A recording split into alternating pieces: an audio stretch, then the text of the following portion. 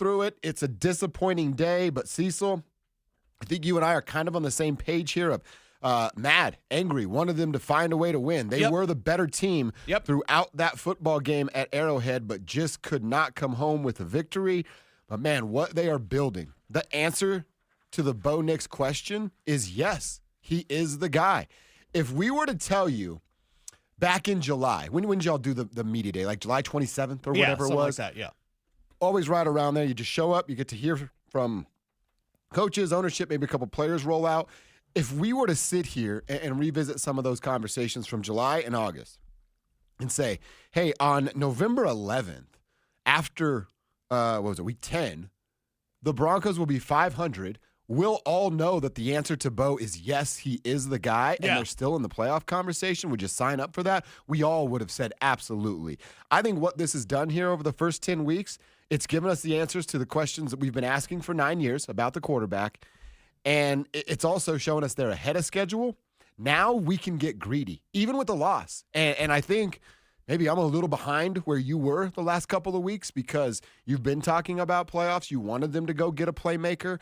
I think they're in a spot now where you are in a good spot and you can be greedy. Go chase 10 wins. Get into the postseason. Right. And I think what this win did yesterday, or loss, I should say, this, even in a loss, it put the Broncos on teams' radars. The Buffalo Bills, right now, if you're sitting in Buffalo and you're having the conversation, oh, well, the season ends today, you'd get the 7-seed Broncos. Would the Bills be the favorite? Absolutely. Yes. But would it be looked at as just going to be a rough 60 minutes for those of us in Broncos country? No, not anymore. Because not only has Bo passed the test and given us the answer, yes, he is the guy, the defense showed us that the Baltimore game was a fluke. They didn't get exposed in any way. They ran into what might be the most powerful offense in all of the NFL in Baltimore. They bounced back and held Patrick Mahomes and the Kansas City Chiefs to 16 points. A touchdown. Yes. I think the most upsetting fact today is that we missed out on Bo Nix's first signature win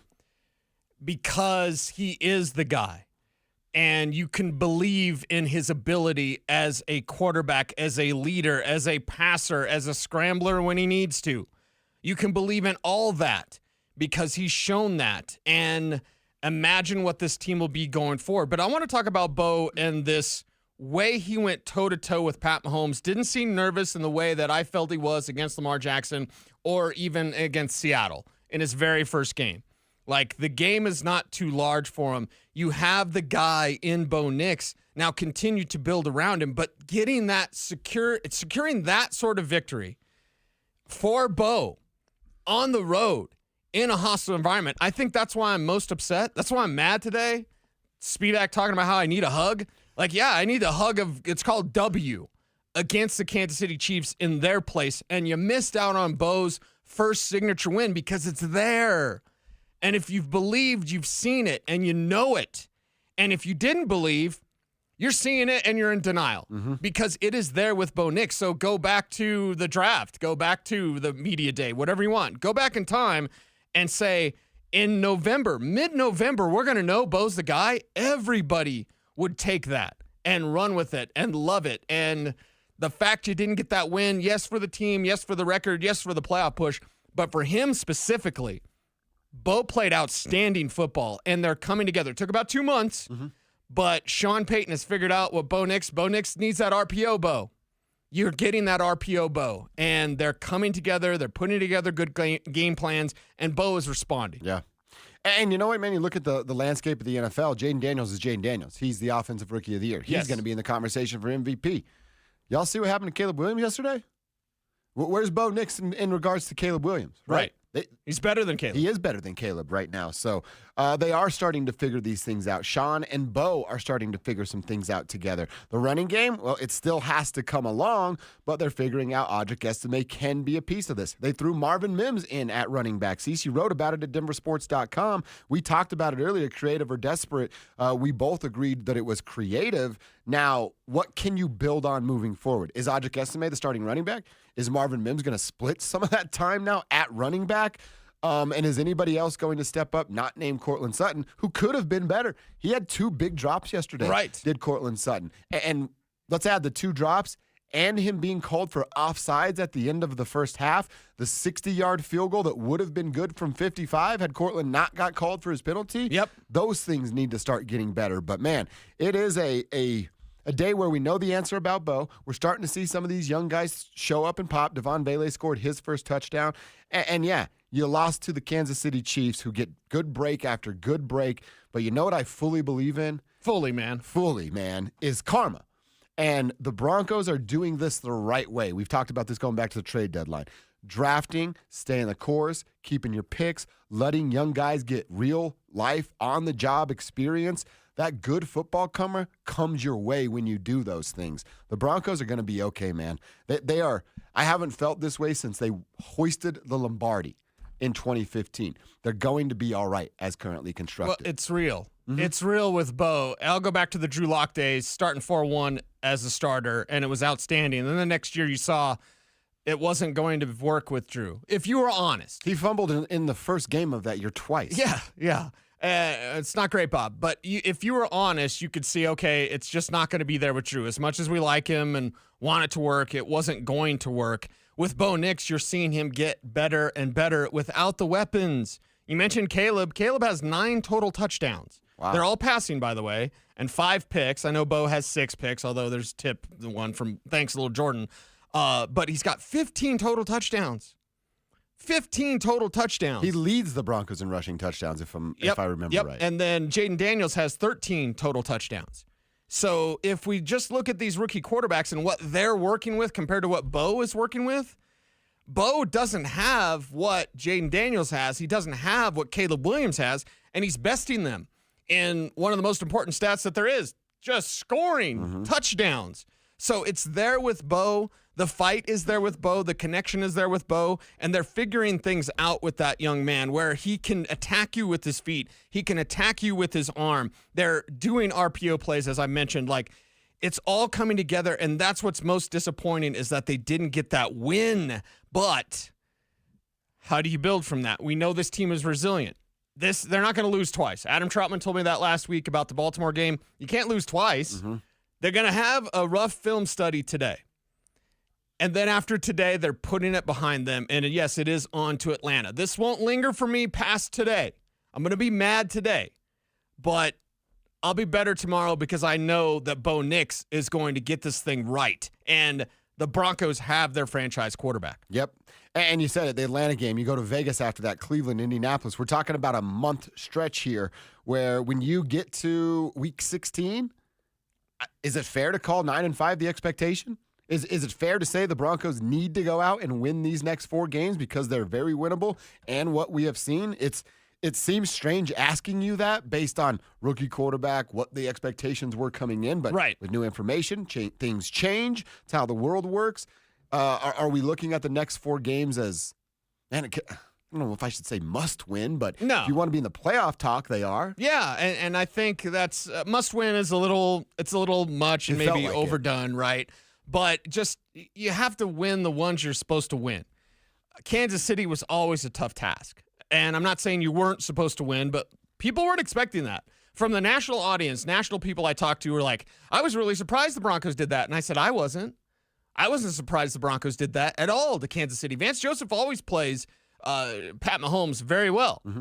He did last season. He does this season so far. You've got to get the wins, but this is who the Broncos are. When you go against an inferior opponent, you must beat them. When you go against a superior opponent, you got to put up a good fight. They did not against Baltimore. They did against Kansas City. But over the next 4 games, the answer that you want to know right now, I can see the future, and I can tell you what that answer is based on one thing. What is it? Audric Estime. If you can tell me in the next 4 games, doesn't fumble the damn ball, and he does what he did against Kansas City, can you tell me Audric Estime is the guy now moving forward? He's the man.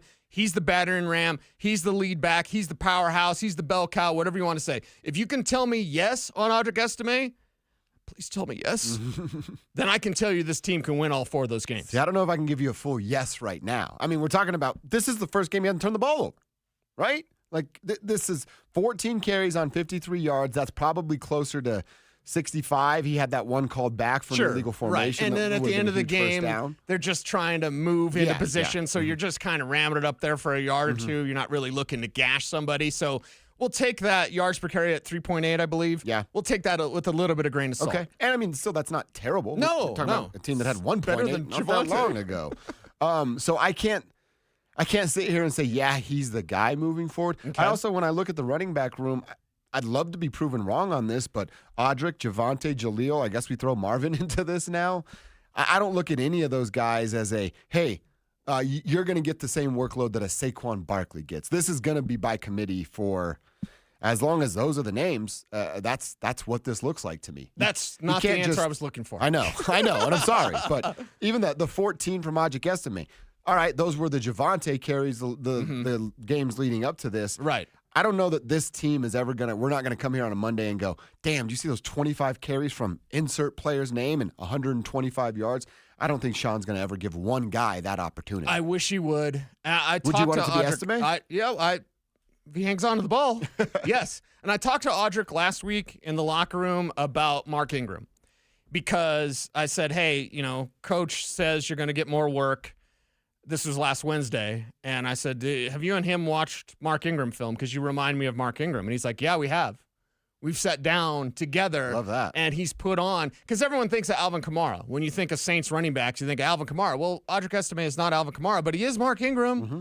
And Mark Ingram had some really good years, plural, with Sean Payton as his head coach. Kev, pull up the stats for Mark Ingram in New Orleans because they're outstanding with Alvin Kamara there. So you're saying he's not going to give someone 25 carries, and you're right. But can you give him 15? Can he be that guy like a Mark Ingram that works in tandem, and maybe Jaleel's kind of like your knockoff Kamara, although he's not Kamara either. But can Audric Estime lead the way? This helps out Bo Nix so much because it settles him down. Mm-hmm. You saw against Kansas City, Bo wasn't rattled at all, and he was under pressure. He was under fire. Spagnuolo sent the house at times. He was getting hit as he threw. He wasn't doing the throw off your back foot stuff that he did in the first month or two of his rookie year. He was standing tall, standing steady, and also using RPO to basically make those decisions as a runner, as a passer, to hand off the ball to Jaleel or Audric or once Javonte. Like, that's what you need going forward. You need Javonte to just kind of be the trusted veteran third guy. Maybe he's your Samaje Perine now. Jaleel's always going to be Jaleel. But if Estime can at least be Ingram light in a way, I think that would be great news for the Broncos, great news for Bo, and great news for the Winds as they continue on in this season. What stats do you want? How many in his time with the Saints, how many 1,000-yard seasons did he have? He had 3. Damn. And he had 2 years of at least 10 touchdowns and 1 year with 9. Yep. So that's the type of stuff in a committee. So you're talking about a 1,000-yard season and double-digit touchdown. Yeah, that's That'd be there pretty for nice. Estime.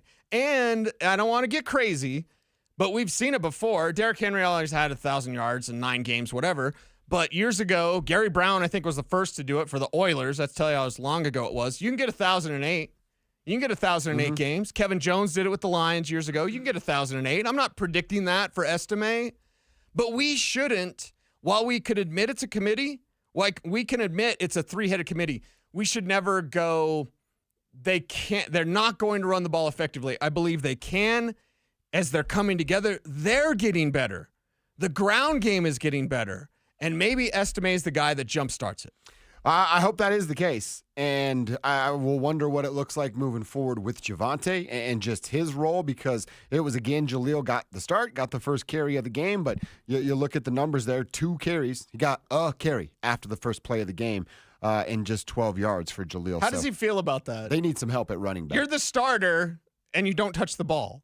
You literally touch it one other time after the first play of the game. Isn't that weird? But it also can't you make Estime the starter? You would think so. And it also go to your point of getting guys in rhythm. We had this conversation with Javonte. You can't ask a guy to come in and make a difference touching the ball twice. You know what I mean? Hey, Jaleel, be a playmaker. Right. We want you to talk about being in that joker role. Here's 2 touches. Yes. That's unfair to the player. Yeah. I mean, how are you supposed to do anything? Or you're going to press because you're going to now realize, oh, my God, I'm only getting the ball twice. That's a great point. Now I've got to do everything every time I touch the ball. Now I screw up. Now I fumble the ball. Now I have a tackle for loss because I'm trying to do too much. Like, I think a little more Jaleel could be in order. And I'm not saying over like 12 touches, but 2? Yeah. That's ridiculous. Well, I mean, why isn't it like a 5-5, 6-4? He should catch the ball coming out of the backfield. I've been yelling about that for 2 years that Jaleel McLaughlin has been a Bronco. Right. He should be more active in the passing game, even if it is those little checkdowns. Or I feel like I'm yelling at a wall at this point, but using pre-snap motion and getting him in position in a slot where you have him against the linebacker and you just take advantage of that. Now, they're working towards some things and getting better, so maybe that's something that comes along with the progression and evolution of this offense. Yeah, and again, they're learning more about each other. And the ground game is what needs the most work because I think the receiving core is kind of what it is. It's Sutton and then whoever else can help. Devon Bailey can help. You throw him the ball, he catches everything. Yep. For the most part. Doesn't do much after the catch, but you don't need him to if he's the security blanket. Is that the answer? Adam Troutman can do more. We saw it yesterday. He can do more. Why isn't that part of the formula as well? So they're still coming around offensively while this defense is playing absolute balls to the wall. It's so fun to watch these guys. Like watching us on YouTube right now, where you can like, comment, share, subscribe, and hit the notification bell so that you never miss a vid. We appreciate our audience, whether it's on the radio or online. I appreciate that. On a week-to-week basis, I know I can rely on the Broncos defense to bring it. Baltimore game notwithstanding. Yeah, but that's why I'm mad and I'm not as upset about this game is because I really needed the defense to come out here and go, no, that's not who we were. We didn't get exposed or picked apart because we're not good. You ran into a team that has Lamar Jackson, Derrick Henry, and Zay Flowers on it. Mark Andrews, Isaiah Likely, all of the other options that are there. Right. That's what happened in Baltimore. This defense is damn good. This defense is still top 5. I could probably make the argument and be right that they're top 3 in the NFL. So coming out of Kansas City, it's exactly what you said. You know who Bo Nix is. They got their guy at quarterback. That alone is celebration worthy, folks. You know where we've been for 9 years? Hey! You got a quarterback in Bo Nix, and the Broncos defense is for real, even after giving up 41 points in Baltimore. I appreciate that you called the Bo Nix doubters losers. Losers! Yeah, it's a weird take, man, before the dude even steps on Yeah, the football exactly. field. Yeah, you want to be a winner, you listen to the show. So are you more upset or less upset than last week? Because last week you were really sedate. I was kind of chill. I'm way less upset. Like, I'm angry. Why am I so angry then? Well, I'm angry because of how it happened. Oh, okay. I'm happy along the ride. You know what I mean? Whatever that saying goes. I got so many things answered yesterday. The Chiefs aren't this almighty powerful, you're never going to catch them that they've been the last 8 years. It's been, you could have asked me on July 27th when we reported at Broncos Park powered by Common Spirit for their delicious barbecue on Media Day. Over the last 9 years, well, yeah, everybody's playing for second place, and it doesn't really matter because the Chiefs are around. I don't feel like that anymore. And when we start 2025, I'm definitely not going to feel like that about the Kansas City Chiefs. Are they the top dog? Yeah, absolutely. Do they still have Patrick Mahomes, Travis Kelce, and getting better with DeAndre Hopkins? Yeah, they sure are. But that talent, the discrepancy, the gap that we've seen over the last decade, those walls are closing in on the Kansas City Chiefs, and they knew that yesterday. That's the best news of all. Mm-hmm. That's the best news of all, is that you're no longer looking at them with more horsepower. They've got superstars, to be sure. You've got your own set of stars, not yet superstars. You're Outside right. of Pat Surtain, Surtain's a superstar. I'd argue that Zach Allen is as well. We got to talk about Zach Allen, too. But you're getting there. And I think the keeping up with the Joneses type of thing, right? They're driving that new Lambo. You just got that used Lambo off the lot. You paid less. You're better for it, right? You can afford more house. Something. There's a neighbor comment in there for some sort of comparison. But like, I like the fact that it was a measuring stick game